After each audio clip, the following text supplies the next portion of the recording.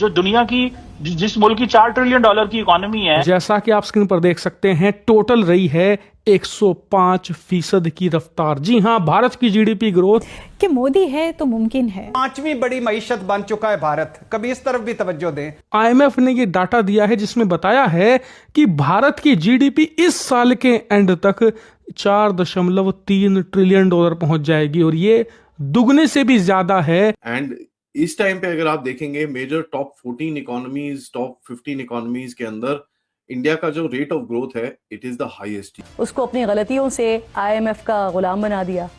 जिस मुल्क ने दुनिया में मुसलमानों को लीड करना था, उसको ऐसा मुल्क बना दिया कि इसके हाकिम कहीं पर भी चले जाएं तो समझा जाता है कि शायद मांगने आ गए हैं। मुल्क मैडम शेख, भीख मांगना, सदके के भीख मांगना वो जायज है, अमन की भीख मांगना नाजायज है। ये भी हो सकता है कि इस साल के एंड तक ही हम जापान को हराकर दुनिया की चौथी सबसे बड़ी अर्थव्यवस्था बन जाए पूरी दुनिया में। माइटी ड्रैगन सांस लेने से भी घबराता है। फैक्ट्रीज बंद हो रही हैं, अनएम्प्लॉयमेंट बढ़ती जा रही है, वेजेस कम होती जा रही हैं लोगों की। यानी कि जिनके पास जॉब नहीं है वो घर में बैठे हैं, जिनके पास जॉब है उनकी सैलरी भी कम हो रही है। पाकिस्तान जो है इंडिया से आगे है। पाकिस्तान जो है पूरी दुनिया में तरक्की करेगा और पाकिस्तान फ्रीलांस 70 सालों में हमने तरक्की क्यों नहीं की है? मुल्क हंस रहा है, ऐसा लगा कि किसी गुनाह की सजा मिली हुई है हमें। जिस तरीके से देखा जाए इंडिया की तरक्की ग्रोथ कर रही है ना, उस तरीके से पाकिस्तान उतना ही पीछे आ। आईएमएफ की तरफ से जो फिगर्स आए हैं उसके हिसाब से Indian economy is already touching $4.3 trillion और ये 105% ग्रोथ दिखा रहे हैं 2015 के टाइम से। रिमेंबर, इसके बीच में 3-3.5 साल आपका कोविड भी रहा है, where the degrowth was absolutely ridiculous, जिस तरह से पूरी दुनिया की इकोनॉमी ठप हुई थी। एंड इस टाइम पे अगर आप देखेंगे major top 14 economies, top 15 economies के अंदर इंडिया का जो रेट ऑफ ग्रोथ है, it is the highest. US ने जो नेक्स्ट अचीव किया है, विच इज नेक्स्ट तो नहीं, मतलब यूएस ने अचीव करा है 66%। जर्मनी ने सो कॉल्ड करा है between 2015 and 2025 44%। Japan, you would be surprised, is at 0% growth. United Kingdom ने शो करा है 28%, फ्रांस ने शो करा है 38%, Italy 39%, Canada 44%, Brazil 28%, Russia 57% in spite of the war, and South Korea 27%, Australia 58% और स्पेन 50% ग्रोथ रिपोर्ट करी है between 2015 and 2025। नाज़रीन, अमेरिकन इन्वेस्टर रे डेलियो का कहना है कि इंडिया का फ्यूचर बहुत ज़्यादा ब्राइट होने वाला है, क्योंकि इंडिया ने खुद को तैयार कर लिया है हाईएस्ट इकोनॉमिक ग्रोथ के लिए पूरी दुनिया में, और इंडिया की इकोनॉमिक ग्रोथ जो है वो पूरी दुनिया का रिकॉर्ड तोड़ने वाली है।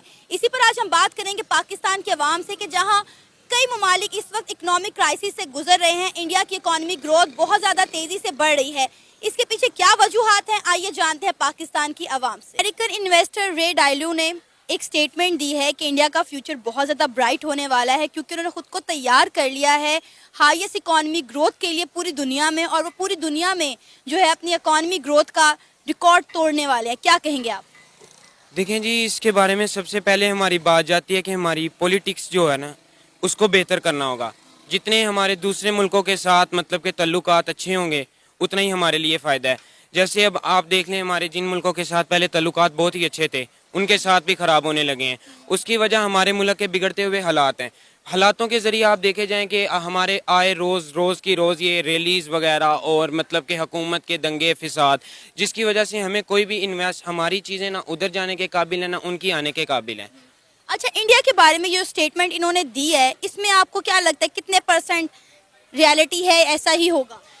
मुझे तो लगता है कि शायद 70-80% रियलिटी लगती है, क्योंकि जिस तरीके से देखा जाए इंडिया की तरक्की ग्रोथ कर रही है ना, उस तरीके से पाकिस्तान उतना ही पीछे आ रहा है। जब तक पाकिस्तान का एक दफ़ा दिवालिया नहीं निकलेगा ना, तब तक पाकिस्तान का कुछ नहीं हो सकता। उसकी वजह यह है कि देखें, इंडिया के अंदर जो है ना, मतलब कि फ़र्ज़ करें उनका एक नरेंद्र मोदी है, और अभी कुछ दिन पहले उन्होंने बताया कि वो इंडिया जो है वो कार प्रोडक्शन के अंदर बांग्लादेश हमसे टूट गया, तो अभी जो है बीएलए को फंडिंग कहा जा रहा है कि इंडिया की जानिब से की जा रही है। ये रियलिटी है या नहीं है, लेकिन एक तरफ ये जो बात कही जा रही है कि जो फंडिंग की जा रही है इंडिया की तरफ से की जा रही है, क्या आप समझते हैं कि ये मामला जिस तरफ जा रहे हैं, क्या इंडिया अपनी इन्वॉल्वमेंट करेगा इसमें? क्या बलोचिस्तान को मदद, या फिर एक तरफ से पाकिस्तान को तोड़ने के लिए कोई ऐसी चीज की जाएगी इंडिया की जानिब से? Thank you. मैं देखिए, आपका क्वेश्चन है कि इंडिया ने 1971 में इंटरफेरेंस किया था। पता नहीं आप कौन पढ़ाता है आप लोग को या क्या आप पढ़ते हो, वो मेरे समझ के बाहर हो जाता है।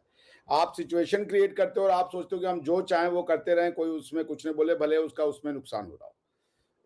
आपने एक ऐसी सिचुएशन क्रिएट की, मैंने आपको पिछली बार भी आपके या किसी और के चैनल पे बताया था कि आपका इंटरनल मैटर तभी तक इंटरनल मैटर रहता है जब तक आप दूसरों के टेरिटरी में परेशानी ना क्रिएट करना शुरू कर दो। भारत की टेरिटरी में आपने बंगाली हिंदुओं को मार मार के बंगाली मुसलमानों को उनकी नस्लें बदलने चले गए थे, वही काम आपने वहां भी किया था। थर्ड नंबर पे आ रहा है, ऐसा ही है। अगर वो कार के अंदर थर्ड प्रोडक्शन में आ रहा है, किसी ना किसी में आईटी कंपनीज उसकी इतनी हैवी है कि मतलब वो उसके अंदर भी इतनी अप्रोच पे जा रहा है, तो क्यों ना कि इस बात में भी रियलिटी हो सकती है कि वो 70-80%। आपको पता है कुछ अर्सा पहले एक सर्वे आया, तो सर्वे के मुताबिक भी यही कहा गया था कि 2023 में इंडिया की जो ग्रोथ है वो 6% तक होगी। इंडिया की इकोनॉमी ग्रोथ 6% से ज्यादा ग्रो करेगी, जबकि बाकी तमाम मुल्क खसारे में जाएंगे। और ये वाकई में यही हो रहा है। इंडिया आप देखें कितनी तेजी से तरक्की कर रहा है, उनकी इकोनॉमी कितनी तेजी से ग्रो कर रही है, और पाकिस्तान उसी स्पीड से नीचे आ रहा है।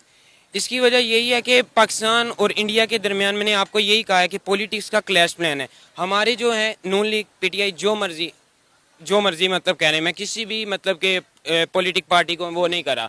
आप देख लें कि रोज़ आए हमारे यहाँ पर मतलब के जल्द से जुलूस होते हैं। उसकी वजह यही है कि हमारा आज का नौजवान ना समझने को। इसकी बात सीधी सी है कि जब तक हमारी आवाम ठीक नहीं ना होगी, उस तक हमारे ऊपर वाले हुक्मरान भी ठीक नहीं होंगे। इंडिया की तरक्की का कामयाबी का राज क्या है? इंडिया की तरक्की की कामयाबी का राज ये है कि क्योंकि वो सब लोग जो है ना सिर्फ एक ही इंसान पर टिके हुए हैं। आप देख लें कि उनके नरेंद्र मोदी कब से हैं, है ना। हमारे लोग यहाँ पर रोज की रोज उसको चेंज करने के लिए, उसको चेंज करने के लिए, उसको चेंज करने के लिए लगे हुए हैं। किसी एक को वैसे मौका देकर देखना चाहिए। होते सब अपने फायदे के लिए, क्या पता कोई अवाम के फायदे के लिए काम कर जाए। हम यहाँ पर कुर्सी की जंग लड़ रहे और इंडिया जो है वो तरक्की की राह पर गामजन, और कहाँ से कहाँ पहुँच गया।